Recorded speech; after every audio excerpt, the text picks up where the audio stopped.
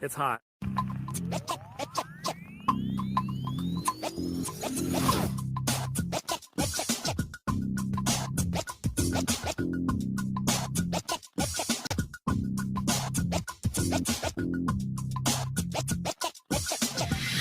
From the advertising media capital of the world, New Milford, Connecticut, wherever that is.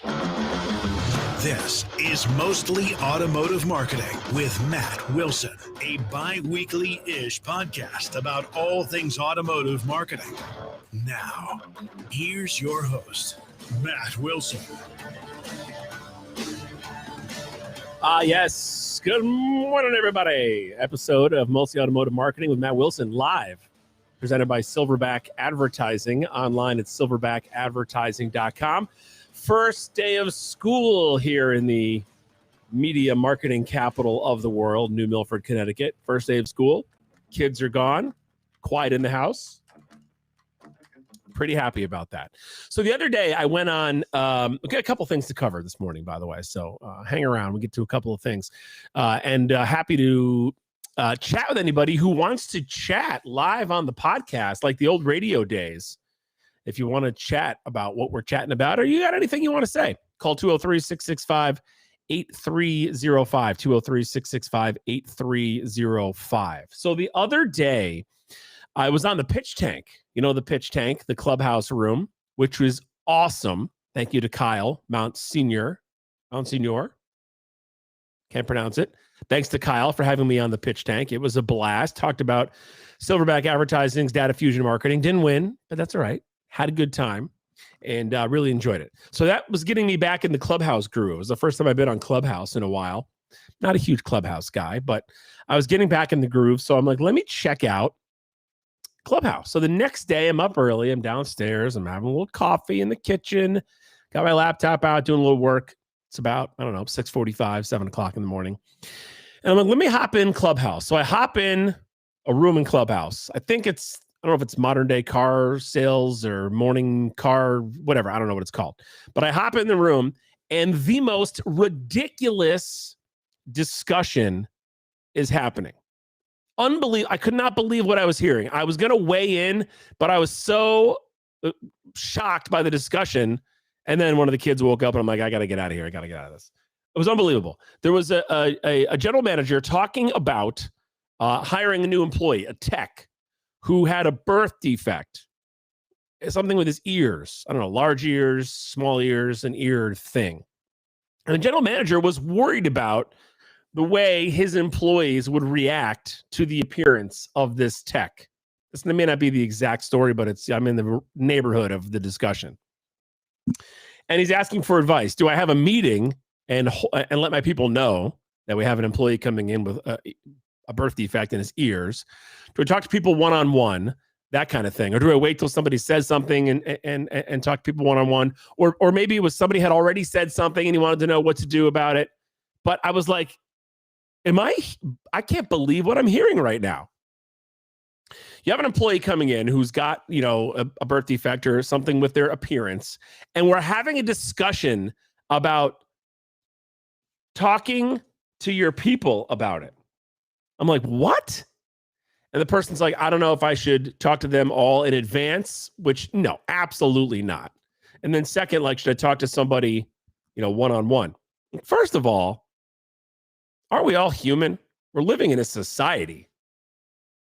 If you have to talk to somebody about not commenting on or making fun of another employee because of their appearance, that's ridiculous. My 7-year-old would not do that because my 7-year-old is a decent human being.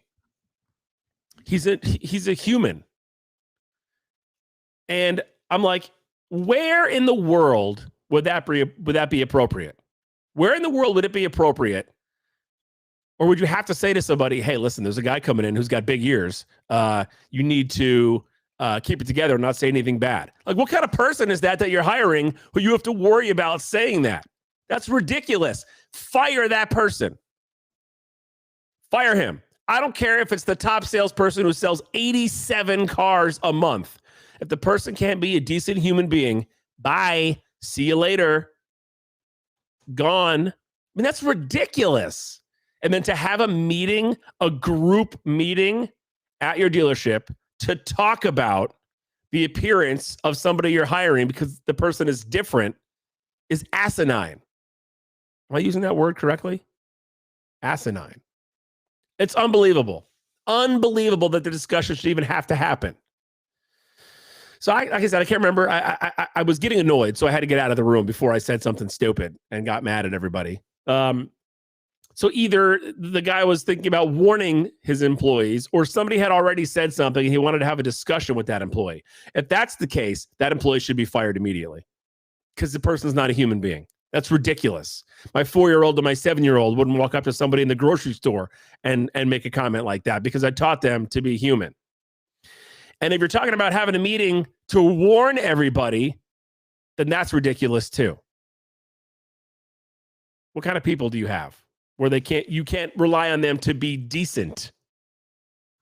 That's insane. So anyway, I can't deal with the Clubhouse. I'm super excited that I was on the pitch tank. That was fun. Great room. But I can't go into rooms in the morning where we're talking about basic human decency. Insane. We just had Hurricane Henri, or Henry, as the layman calls it. But Henri was the way to pronounce it. Up here in the Northeast, Hurricane Henri, which really by the time it hit Connecticut was a tropical storm. And I was, nothing to do. I prepared for this hurricane. So I was sitting around all day Sunday, locked in the house with my kids.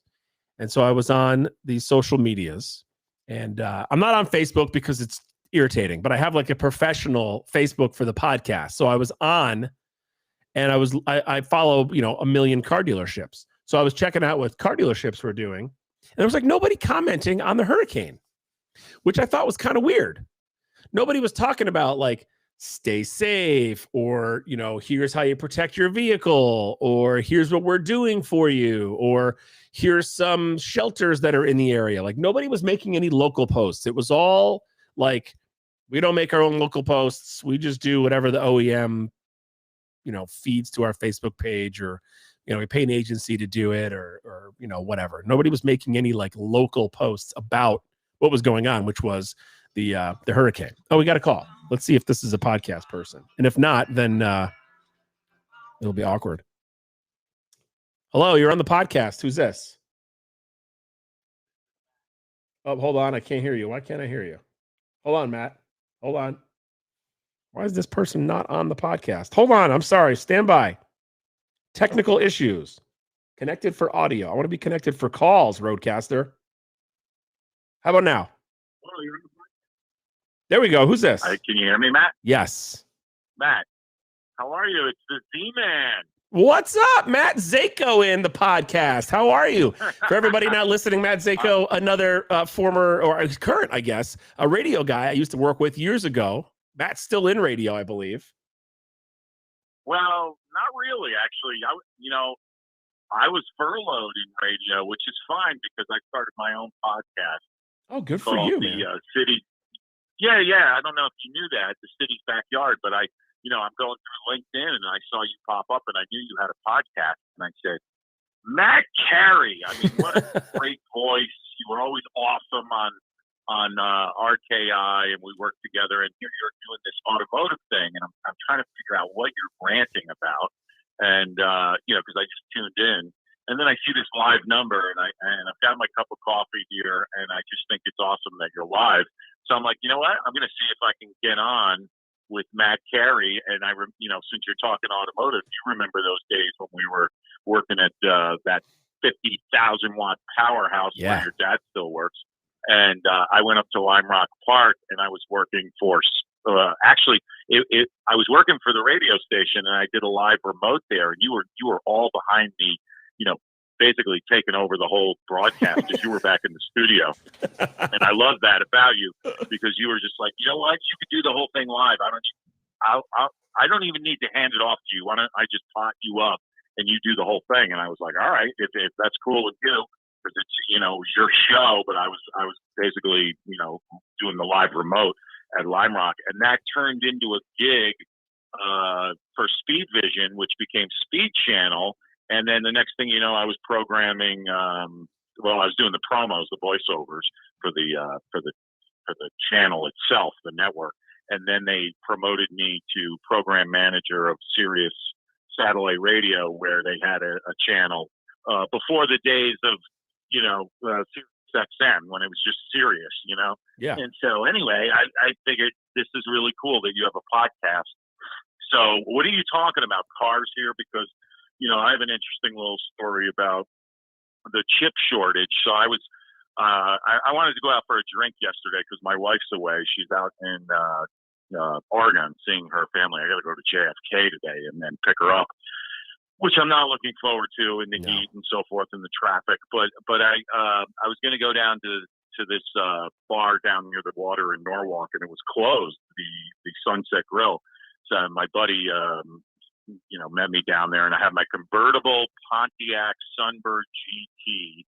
And so long story short, we went over to the Black Duck in Westport because they have a little patio or a deck, I should say, along the little river there under the I-95 bridge there in Westport in Saugatuck.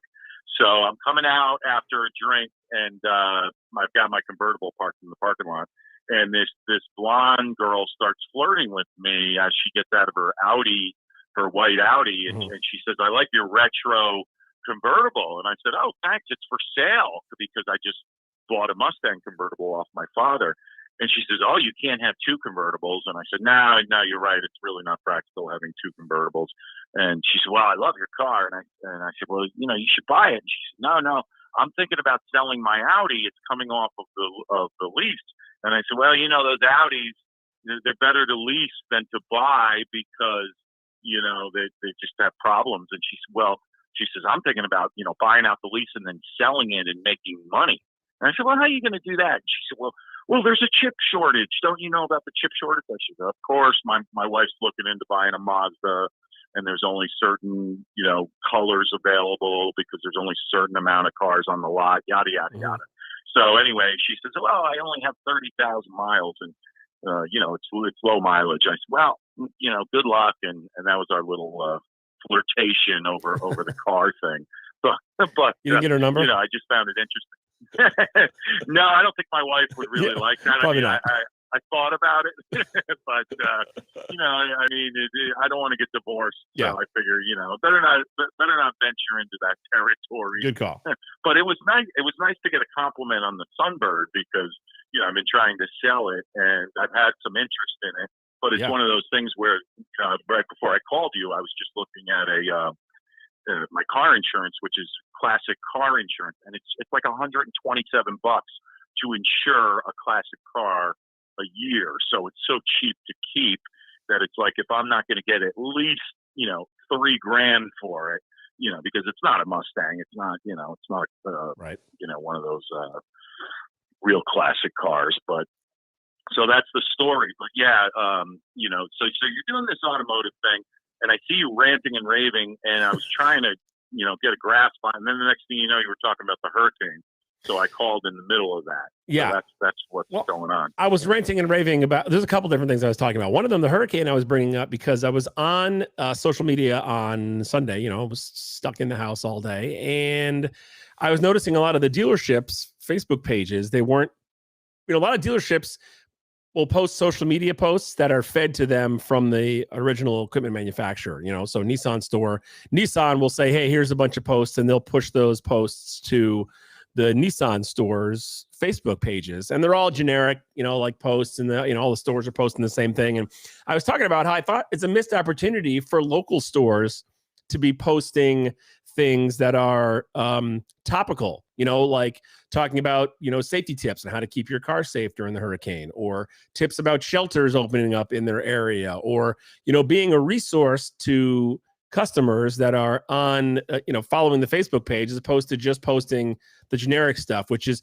just checking off a box, right? Dealerships are required to make, certain, their manufacturers require them, "Hey, you should be posting 5 times a week." And dealers are like, okay.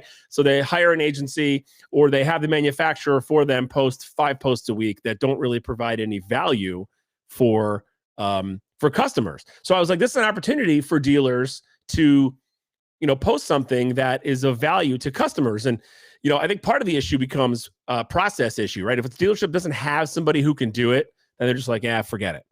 But because it takes a local person, it takes someone like, I can't make social posts for a client of mine in New Orleans because I don't know what's going on in New Orleans, right? But I can make a post for a local dealer because I know what's going on. I know what that dealer's market is. I know what's happening in that dealer's area. And, I was getting to the point where it's like, do you think it's important for dealers and even businesses, just area businesses in general, to be posting, like local content that provides value, or is like a bunch of generic stuff about like, hey, the new Pathfinder's out, fine, or do you prefer to see content that provides value and has a local flair to it? Yeah, no, I agree with the local thing. Local, even in radio. I mean, that's the thing that's missing in radio. So that's the problem. Nobody's local anymore, and that's what my podcast. If I could plug my podcast, plug it away, buddy. Right? Yeah. Well, basically, my podcast is a local form of, in the tri-state area, the city's backyard, the backyard to New York City. I trademarked the name, and I did it because, we were, locked down during the pandemic, and I felt like it was an opportunity to give people a chance to almost, basically like an AM talk radio station, only a podcast for the area. And then suddenly, and basically it's all walks of life. So yours is an automotive podcast, which I think is cool. And I want to get a little more, I want to ask you a question about that in a second, but I just want to let you know that mine turned into more of like musicians. And so the current episode I have on now is the composers of the two songs for the movie Dirty Dancing back in 1987 with Patrick Swayze. So they, Frankie Previtt, he was in this band, Frankie and the Knockouts. He was on Dick Clark's American Bandstand. He had a couple hits. And then the other guy is John D. Nicola. And so John lives up in upstate New York, and they wrote Hungry Eyes. And I've had the time of my life. So what they're doing now is they're giving back to charities.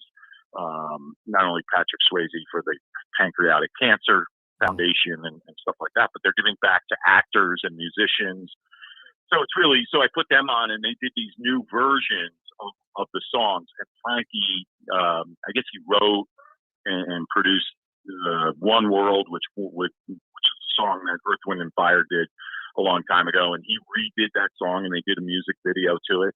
And then John did something with Hungry Eyes, a new music video, and he's on the vocals instead of Eric Carmen. So they've basically, remade these songs and turned it into raising money for charities, which was really cool. So things like that. I had a Led Zeppelin tribute band called Black Dog. They're out of New Jersey. I've seen them at the Capitol Theater in Portchester. So, they're not touring as much in the area. They're just kind of staying local to New Jersey. But that's basically, I put on restaurant tours. So I've been supporting all the local restaurants in the Norwalk, Stamford area, and just things like that. So it's really cool. And I do it from home. And I saw that you're doing the video part live, which, mine's not live, but what I have been doing is putting in, music from the musicians. So there's a girl that lives up that way in Danbury, Samantha Cole. She was popular in the 90s. She's a celebrity voice coach. She was on a couple weeks ago. So I put it, when her father passed away, so she wrote a song about that. And, she's got some, a religious background. So the songs kind of have a religious slant to them, but again, it's sort of relating to the pandemic. And so that's kind of what my thing is about. One other thing I did, and I'll just, end on this, that, the Fillmore East, the legendary Fillmore East that Bill Graham, owned in the Village, all those years where all the great bands played, the Allman Brothers, Jimi Hendrix, Mountain, all those bands, the Grateful Dead. It's the anniversary of it closing 50 years ago this summer. So I did a whole documentary series that turned into a 4-part series where I actually got the photographer, Amelie Rothschild. She lives mostly in Italy now, but she's the one that took all those pictures of the Grateful Dead and Jimi Hendrix and Led Zeppelin and stuff. They put on artists and the photographer, people that work there. Alan Arkish, he's the director of Caddyshack 2, and a couple other movies. Anyway, he was an usher there. So, and then Corky Lang is the drummer of Mountain. I had him on, Henry Gross from Sha Na Na. So things like that. And they tell stories about the Fillmore East and just, kind of behind the scenes stuff that you and I were too young to ever go there. I mean, I never went to the Fillmore, but as a rock and roll DJ working with you back in the day, we read the Rolling Stone Encyclopedia, and it was always about, the Allman Brothers show at the Fillmore and live at the Fillmore. So things like that, and it's kept it really interesting, and I just mixed it up. And right now I'm on a streak with musicians, but who knows where it'll go. I mean, I think it's cool that you're doing this automotive thing because everybody loves automobiles, and so yeah,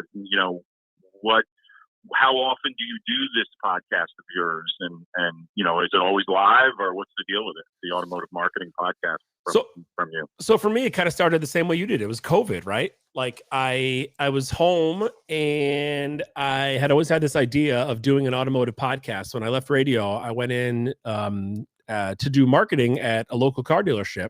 And then, the dealership became part of a group, and I ended up being the marketing director for this group of Nissan stores.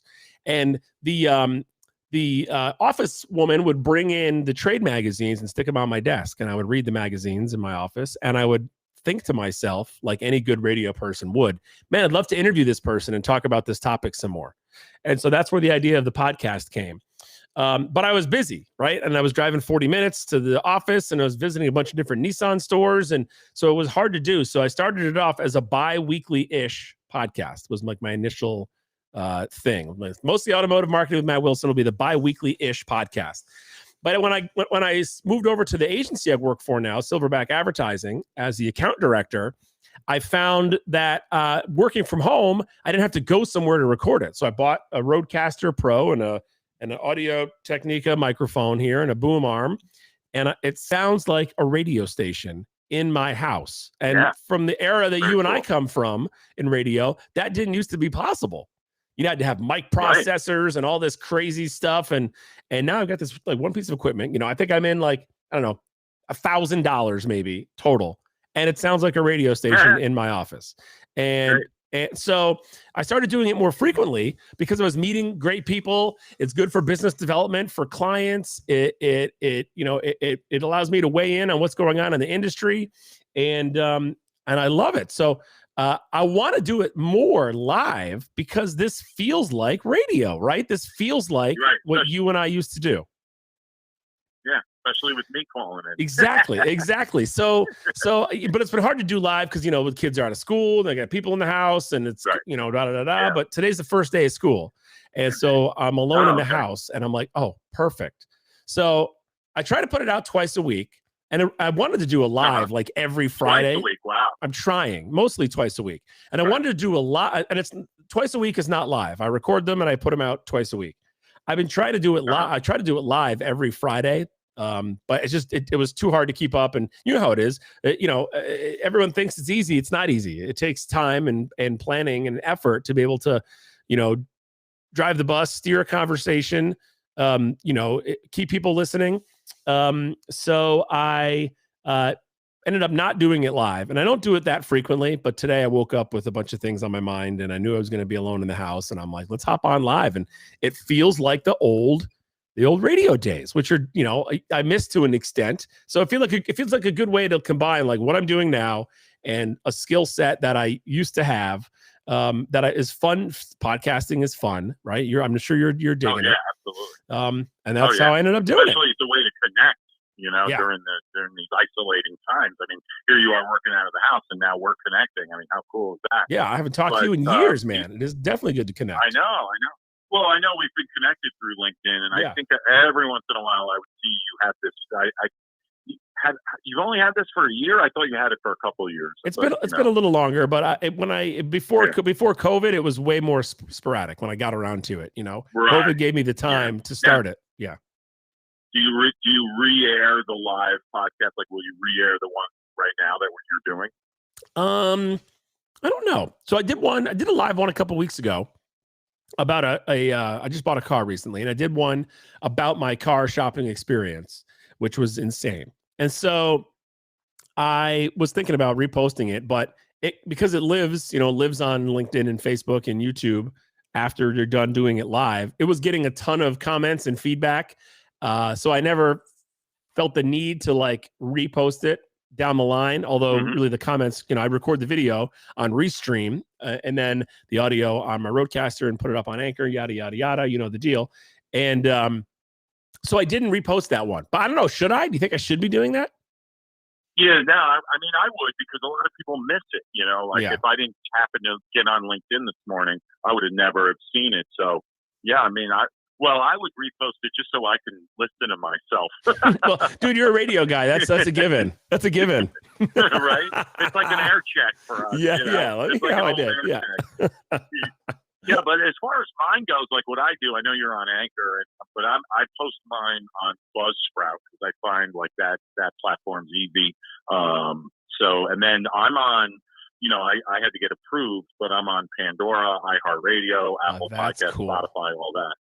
Yeah, so that's cool. And then, but yeah, for me, I have to edit them, but I do mine pretty much, through Zoom.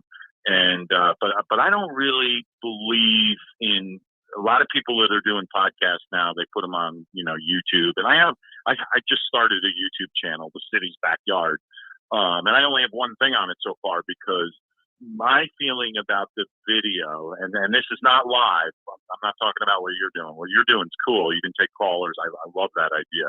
But as far as like, what I'm thinking is I like the old style of just audio. So mine has no video. What I want to basically use the YouTube for is just to, and it's hard to get people to do it because just alone to get them to interview on a podcast takes time. And then, you're kind of asking them to do something separately.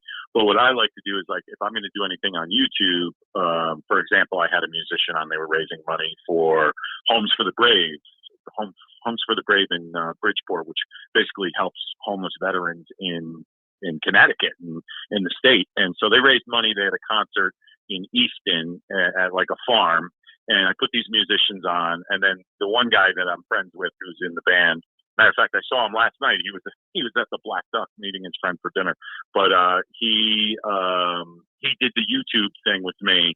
And we did like a 5 to 10 minute little like, mini podcast about it. And then I drove them to, hey, we're going to do a podcast later with the rest of the guys in the band and Vince Santilli, the president of Homes for the Brave. And that was cool. So like I used it that way.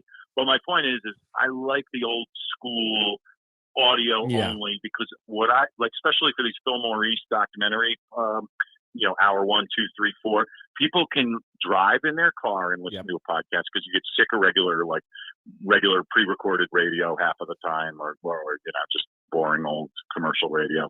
And then the other thing is you can cut the lawn with your headphones and listen to the podcast. I mean, a lot of times I'll preview what I'm going to post to make sure there's no mistakes and this and that. And I actually have commercials and sponsors, which is really cool. But my point is you can multitask with audio. Video looks cool in the beginning, but then people are like, okay, I'm just going to stare at it. Watch. Right. Yeah. And it's cool.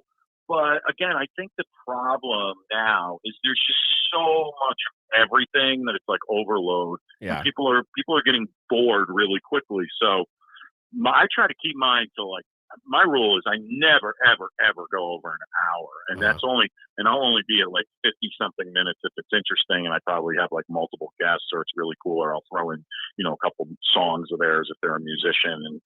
But for the most part, like I'm trying to keep them to like 45 minutes. And I asked my daughter what she thought, because she's like, I like about a 45-minute podcast. And I said, why 45? And she said, well, because I can run, to the beach or back, or I can go exercise at the high school.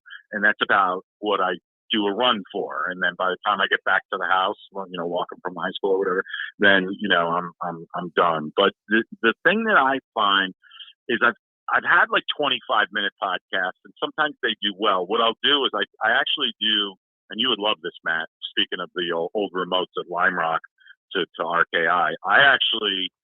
What I've been doing during the pandemic is I get these musicians that are, just sick of being at home playing by themselves or playing on Zoom or whatever, right, or Facebook. And I say, do you want to go play at this restaurant? They're struggling.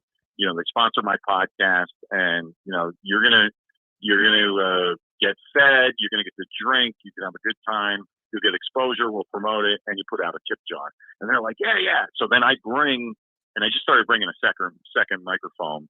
But I bring, my laptop and my banner, and I do a live to Memorex podcast. So one of my sponsors is Reading Beer up in Reading, Connecticut. Yep. I started bringing music to their parking lot. They call it their beer parking lot. And so, yeah, that's been helping the brewery, and so now people feel like, oh, we can go see music, have a beer, sit outside, be safe. And then we were starting to, they opened it up like everybody else. And now with the pandemic resurgence of the Delta variant, now it's like, everyone's sort of going back to the old way.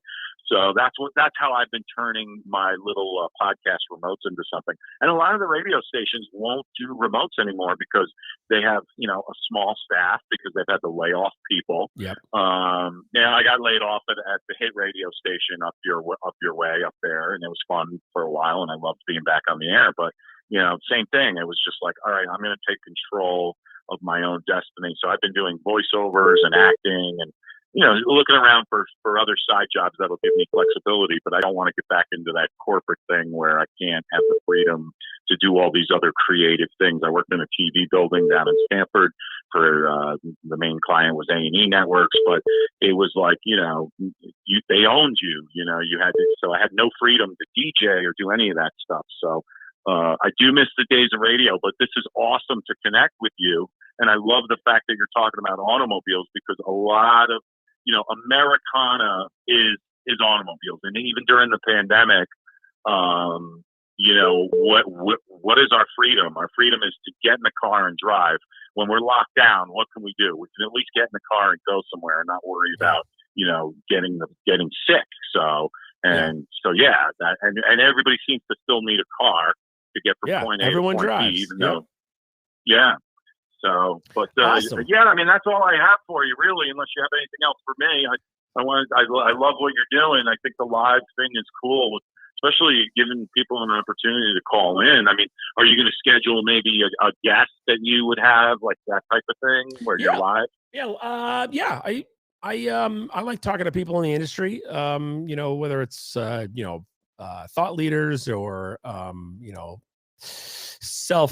people who call themselves influencers, or other people who do what I do, or in the industry, marketing people.